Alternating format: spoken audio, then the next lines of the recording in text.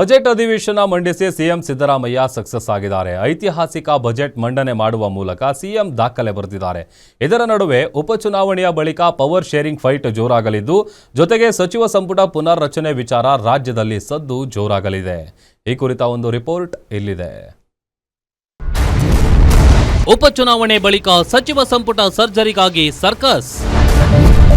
15ರಿಂದ 18 ಹಾಲಿ ಸಚಿವರಿಗೆ ಕೋಕ್ ಕೊಡುತ್ತಾ high command.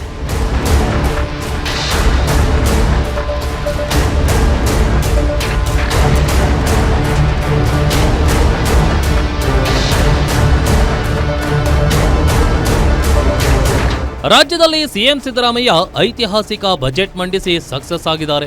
Budget ಬಳಿಕ ಈಗ ರಾಜ್ಯದಲ್ಲಿ ಉಪಚುನಾವಣೆಯ ಕದನ ಜೋರಾಗಿದೆ. ರಾಜ್ಯ ಸರ್ಕಾರಕ್ಕೆ 2 ಕ್ಷೇತ್ರಗಳನ್ನ ಗೆಲ್ಲುವುದು ಪ್ರತಿಷ್ಠೆಯಾಗಿದೆ. ಇದರ ನಡುವೆ ಸಿಎಂ ಬದಲಾವಣೆಗಾಗಿ ಡಿಸಿಎಂ ಡಿಕೆ ಶಿವಕುಮಾರ್ ಬಣ ಹೈಕಮಾಂಡ್ ಗದ ತಟ್ಟಲು ಮುಂದಾಗ್ತಾ ಇದೆ. ಆದರೆ ಸಿಎಂ ಸಿದ್ದರಾಮಯ್ಯ ಸಚಿವ ಸಂಪುಟ ಪುನರ್ರಚನೆ ಮಾಡುವ ಮೂಲಕ ತಮ್ಮ ಕುರ್ಚಿ ಸೇಫ್ ಮಾಡಿಕೊಳ್ಳಲು ಮುಂದಾಗ್ತಿದ್ದಾರೆ.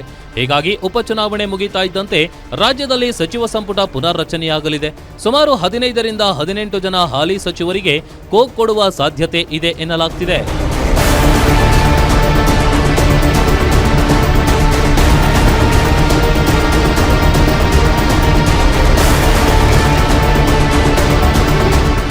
ಇನ್ನು ನೂತನವಾಗಿ ಮತ್ತು 2-3 ಬಾರಿ ಗೆದ್ದ ಶಾಸಕರು ಮತ್ತು ಹಿರಿಯ ಶಾಸಕರು ಸಚಿವ ಸಂಪುಟ ಸೇರಲು ಕಾತರರಾಗಿದ್ದಾರೆ.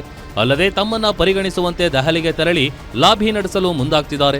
ಈ ಬಗ್ಗೆ ಪ್ರತಿಕ್ರಿಯೆ ನೀಡಿರೋ ಗೃಹ ಸಚಿವ ಡಾಕ್ಟರ್ ಜಿ ಪರಮೇಶ್ವರ್, ಹೈಕಮಾಂಡ್ ನಿರ್ಧಾರ ಮಾಡಲಿದೆ ಎಂದಿದ್ದಾರೆ. ಹೌದು, ಅವರಲ್ಲೇ ಡಿನ್ನರ್ಗಳು ಮಾಡಿದ್ದಾರೆ. ಹೈಕಮಾಂಡ್ ಅವರು ಭೇಟಿ ಮಾಡ್ತೀವಿ ಅಂತೇಳಿ ಡೆಲ್ಲಿಗೆ ಅಪಾಯಿಂಟ್ಮೆಂಟ್ ಕೇಳ್ಕೊಂಡಿದ್ದಾರೆ. ಅವ್ರ ಕೆಲಸ ಅವ್ರು ಮಾಡ್ತಾರೆ. ಅವರು ಎಲಿಜಿಬಲ್ ಇದ್ದಾರಲ್ಲ. ನೆನ್ನೆ ಮುಖ್ಯಮಂತ್ರಿಗಳ ಸದನದಲ್ಲಿ ಹೇಳಿದ್ರಲ್ಲ, 224 ಜನನೂ ಕೂಡ ಸಮರ್ಥರಿದ್ದಾರೆ ಅಂತ. ಸೊ ಯಾರಿಗೆ ಅವಕಾಶ ಸಿಗುತ್ತೆ ಅವ್ರು ಆಗ್ತಾರೆ. ಒಟ್ಟಾರೆ ಸಿಎಂ ಸಿದ್ದರಾಮಯ್ಯ ಮತ್ತು ಡಿಸಿಎಂ ಡಿಕೆ ಶಿವಕುಮಾರ್ ನಡುವೆ ನಡೆಯುತ್ತಿರುವ ಪವರ್ ಶೇರಿಂಗ್ ಫೈಟ್ ತಾರಕಕ್ಕೇರಿದೆ. ಆದ್ರಿಂದ ಸಚಿವ ಸಂಪುಟ ಪುನಾರಚನೆ ಆದಮೇಲೆ ಏನಾಗಲಿದೆ ಅನ್ನೋದೇ ಸದ್ಯ ಕುತೂಹಲವಾಗಿದೆ. Durgesh Nayak, political bureau, guarantee news, Bengaluru.